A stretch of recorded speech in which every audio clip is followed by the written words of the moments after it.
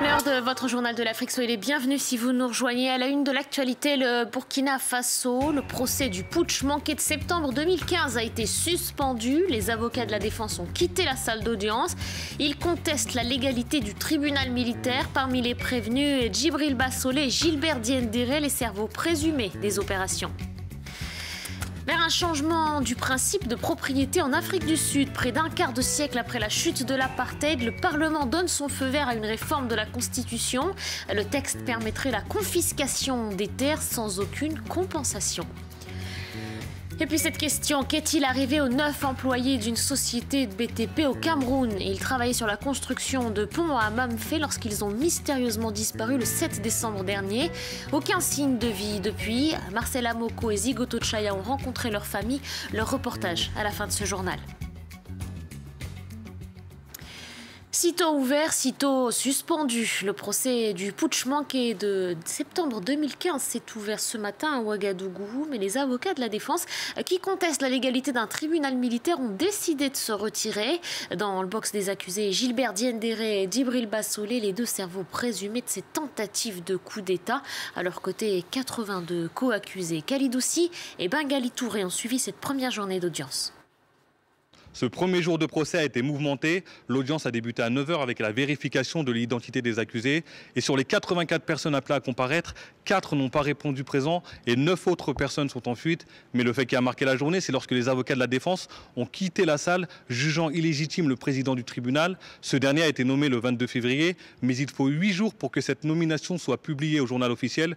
Je vous propose d'écouter l'avocat de la défense et l'avocat des parties civiles. Nous estimons que le décret en vertu duquel le président actuel siège n'est pas encore entré en vigueur. En quelque sorte, en termes très clairs, il n'est pas encore investi des pouvoirs du président de la chambre du premier instance du tribunal militaire et il ne peut pas siéger. Il y a dans le lot des accusés des personnes importantes qui crient au procès politique et qui ne veulent pas donc un procès public.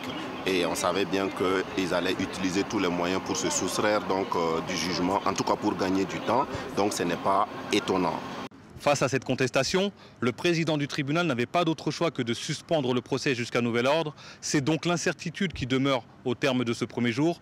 Une grande déception pour les victimes qui espéraient un vrai départ dans ce procès tant attendu. Et ce mois de septembre 2015, à peine la transition installée dans le pays, des soldats de l'ancienne garde de Blaise Compaoré avaient tenté de renverser le gouvernement. 14 personnes avaient été tuées, 270 autres blessées. Le rappel de ces années mouvementées avec Nicolas Germain. Dans les derniers jours d'octobre 2014, un séisme a lieu dans la vie politique du Burkina Faso. Blaise Compaoré, au pouvoir depuis 27 ans, est chassé par la rue. Ce soulèvement suscite de grands espoirs dans de nombreux pays africains qui ont le même dirigeant depuis plusieurs décennies. Mais moins d'un an plus tard, en septembre 2015, les Burkinabés sont sonnés. Le général Gilbert Diendéré et la garde présidentielle, des proches de Compaoré, renversent le gouvernement de transition. 14 personnes trouveront la mort. Voici un extrait de l'interview du général Diendéré sur France 24, quelques heures après le putsch. Vous n'avez pas l'impression de décevoir beaucoup de monde, non seulement au Burkina, mais à travers l'Afrique? C'est à eux de juger. Peut-être que je déçois certaines personnes, mais peut-être aussi que l'action que nous avons menée plaît à d'autres. Le général Diendéré affirme que des sous-officiers étaient à la manœuvre et qu'il a pris la tête du mouvement pour éviter un bain de sang. Mais au bout d'une semaine, sous pression de l'armée et après des manifestations, le pouvoir est redonné aux civils. Quelques jours plus tard, les deux cerveaux présumés du coup d'État manqué, le général Diendéré et Djibril Bassolé, sont arrêtés. Djibril Bassolé, ancien ministre des Affaires étrangères de Blaise Compaoré, est poursuivi sur la base de l'enregistrement d'une conversation téléphonique qu'il aurait eue avec Guillaume Soro. Soro est le président de l'Assemblée nationale de Côte d'Ivoire. Il aurait apporté son soutien au putsch, mais Bassolé affirme que l'enregistrement n'est pas authentique. L'an dernier, la justice burkinabé a annulé le mandat d'arrêt lancé contre Guillaume Soro.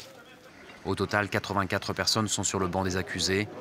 Amnesty International, pour sa part, dit regretter que ces personnes poursuivies pour des violations de droits humains soient jugées devant des tribunaux militaires. L'opération Ville Morte d'hier à Conakry a viré au drame. Un jeune homme de 32 ans a été tué par balle.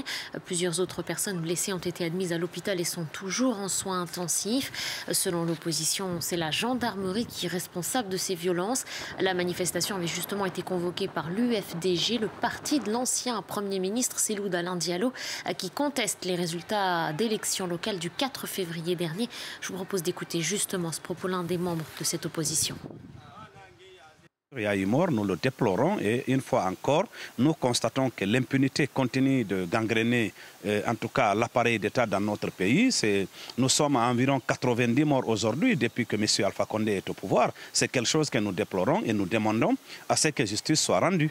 Nous allons tirer les leçons par rapport à la ville morte qui a été une réussite totale dans les 5 communes de Conakry et dans les environs et également se projeter pour la semaine prochaine. Le visage du nouveau gouvernement sud-africain, Cyril Ramaphosa, a présenté sa nouvelle équipe. Le chef de l'État a fait le choix de rappeler aux commandes plusieurs ministres que Jacob Zuma avait remerciés au cours de ces 2 dernières années. Plusieurs proches de l'ancien président restent présents. C'est le cas notamment de Nkosazana Dlamini Zuma, l'ex-épouse de Jacob Zuma. Elle hérite du ministère de la Planification. Et puis Manoussi Gigaba passe lui des Finances au ministère de l'Intérieur. Et cela malgré ses liens avec la sulfureuse famille Gupta. L'Afrique du Sud, toujours, est ce sujet très sensible qui agite la vie politique. Le Parlement vient de donner le coup d'envoi d'une réforme de la Constitution. Ce texte, ardemment défendu par Julius Malema, permettrait l'expropriation des terres au profit de la majorité noire, et cela sans compensation aucune. Un long processus vers le changement qui ne fait que commencer. Caroline Dumais est au Cap pour France 24. Il faut qu'il y ait un comité parlementaire qui va faire une consultation publique et qui va préparer un amendement qui devra rendre son rapport à la fin du mois d'août. Et c'est l'amendement qui doit changer la Constitution, qui doit changer le principe de propriété dans la Constitution.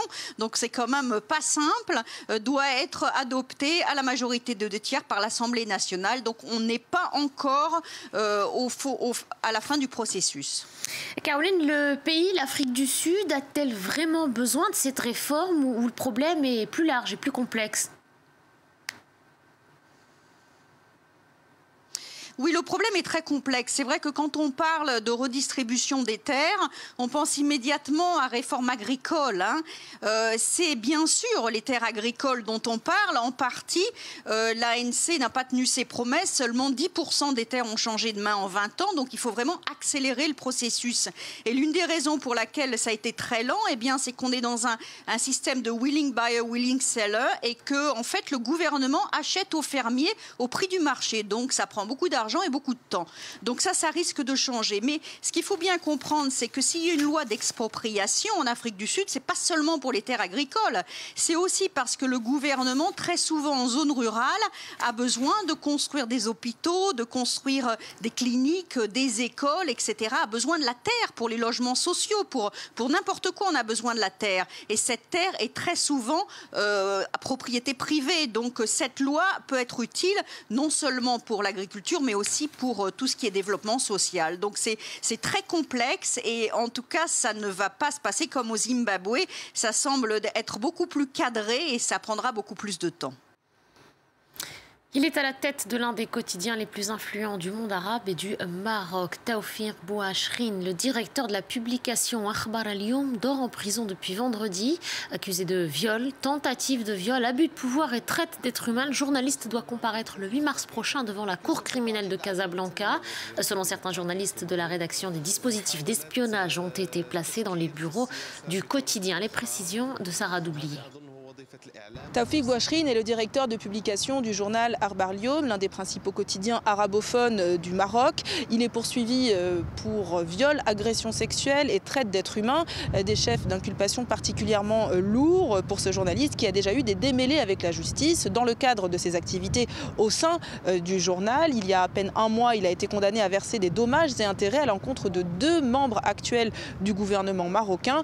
Quelques années plus tôt, il avait écopé de prison avec sursis pour avoir publié dans le quotidien une caricature représentant l'entourage royal. Dans le cadre de cette affaire, les avocats de la défense de Taoufik Bouachrine assurent que le dossier est vide. Une affaire qui sera largement suivie et médiatisée ici au Maroc. Le procès de Taoufik Bouachrine doit s'ouvrir le 8 mars prochain.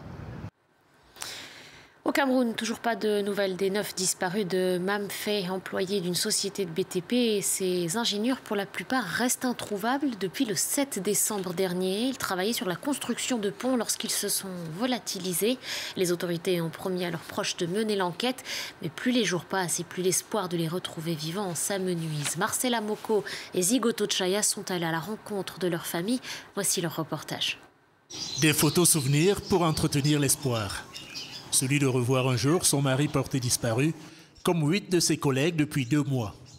Dans sa modeste maison de ce quartier de Yaoundé, la capitale du Cameroun, Marie, mère de 4 enfants et enceinte de 4 mois, n'a pas de mots pour expliquer la situation à ses enfants, mais se refuse à envisager le pire. Je ne veux pas entendre le mot de mort. S'il est en otage, je sais qu'il vit. Même les enfants ne vont plus déranger que à chaque fois qu'ils rentrent des classes, ils demandent « Maman, papa est là ». Je suis même incapable de les répondre. Comme Marie, les proches des 8 ingénieurs et chauffeurs n'ont plus aucune nouvelle d'eux depuis le 7 décembre 2017. Ils avaient été dépêchés à Mamfé, épicentre de la guerre que se livrent les sécessionnistes anglophones et forces de défense camerounaises. Ils se trouvaient dans cette région en crise pour y construire un pont. Face au silence des autorités camerounaises, leurs familles ont décidé de médiatiser l'affaire. Elles ont constitué un collectif qui se réunit chaque semaine au siège de cette radio. Nous recevons aujourd'hui les familles des victimes. À la tête de ce collectif, un célèbre animateur local bien décidé à alerter l'opinion sur le sort des disparus. Si l'État ne peut pas nous dire qu'ils sont morts, nous allons commencer les cérémonies funèbres. Ça va rassembler 50 000, 100 000 personnes pourvu que nous ayons nos 9 cercueils et que le président de la République et son gouvernement viennent mettre les corps dans ces cercueils-là. Malgré cette mobilisation, l'espoir de retrouver vivants ceux qu'on appelle ici les 9 disparus de Mamfé s'amenuise chaque jour qui passe. Interrogé à leur sujet il y a quelques semaines, le commandant militaire de la région laissait peu de doute sur leur sort en incriminant les séparatistes armés anglophones. Comment comprenez-vous qu'on envoie une société pour faire un pont sur un fleuve et que ces hordes puissent tuer tous les ingénieurs qui ont été envoyés, y compris même les chauffeurs? Un drame de plus dans cette crise anglophone qui s'est transformée depuis quelques mois en affrontement sanglant entre sécessionnistes armés et militaires camerounais dans les régions du nord-ouest et du sud-ouest. Voilà, c'est la fin de cette édition. Merci de votre fidélité. Restez sur France 24, l'information continue.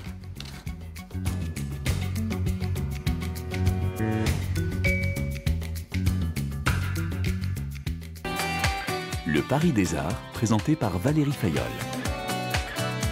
Dans le Paris des Arts cette semaine, nous recevons une voix flamboyante du Mali, Rokia Traoré. Elle balade sa musique sur tous les continents. À Paris, c'est à la Fondation Cartier qu'elle vient de se produire à l'occasion d'une grande rétrospective consacrée au photographe malien Malik Sidibé. Une escapade parisienne qui a aussi été l'occasion de découvrir l'exposition Urban Riders au Musée d'Art Moderne et de rencontrer l'artiste Mohamed Bourouissa.